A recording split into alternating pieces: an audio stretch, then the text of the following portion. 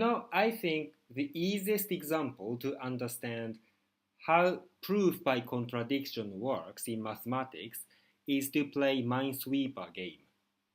If you have never done it, probably your computer has Minesweeper as an accessory.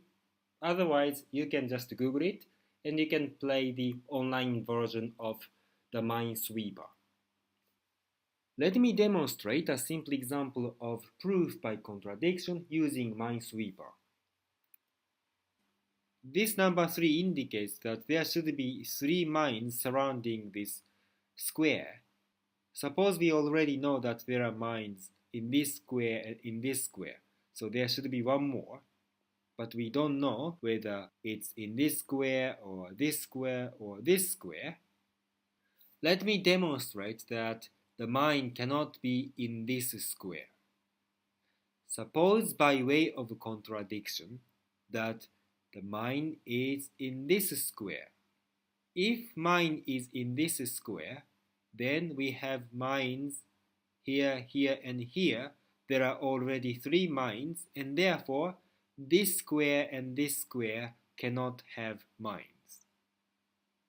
But then, even if this square has a mine, only one out of these squares has a mine, despite the fact that we have number 2 here. This number 2 indicates that out of these 3 squares, 2 of them should have a mine, but we have only one. That's a contradiction. This implies that our starting supposition that this square has a mine is wrong. So we can conclude that this square cannot have a mine, and therefore we can click on it. This is how proof by contradiction works. You make a supposition and you derive some contradiction, concluding that the starting supposition is wrong. There is a remark about proof by contradiction. If you derive a contradiction, then you can successfully conclude that your supposition was wrong.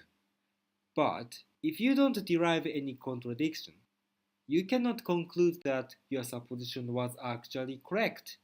This is a very important point. If you derive a contradiction, yes, your supposition was wrong.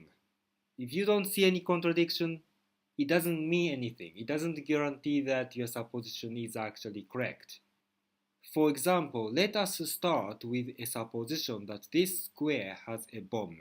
If this one has a bomb, then there is a bomb here and here, then these 2 squares should be empty because this number 2 indicates that there are only 2 mines surrounding this square. So this one has a mine, these 2 are empty. If these 2 are empty, then this next square should have a mine because this number 2 indicates that there should be 2 mines surrounding this square. So this one has a mine, these 2 are empty, this one has a mine. If this one has a mine, then this number 1 indicates that the next 2 squares should be empty. We don't see any contradiction. Everything looks consistent, but it doesn't prove that our supposition that this square has a mine is correct. We can start with the opposite supposition. Let us start with a supposition that this square does not have a bomb. If this square does not have a bomb, then the next one should have a bomb, because this number 1 indicates that one of them has a mine. So if this one doesn't have a mine, then this square should have a mine. If this square has a mine, then the next 2 should be empty, because this number 2 indicates that there are only 2 mines surrounding this square. We have one here, we have one here, then these 2 should be empty. If these 2 are empty, then this next square should have a mine due to this number 2. If this one has a mine, then the next one should be empty because of this number 1. So this is empty, this is bomb, this is empty, empty, and this is bomb, and this is empty. Again, everything looks consistent. There is no contradiction. But it doesn't guarantee that our supposition that this square is empty is actually correct. So we don't know whether this square has a mind or not, but we are sure of some squares. One hypothesis is that bomb here, empty, empty, and then bomb, empty, empty.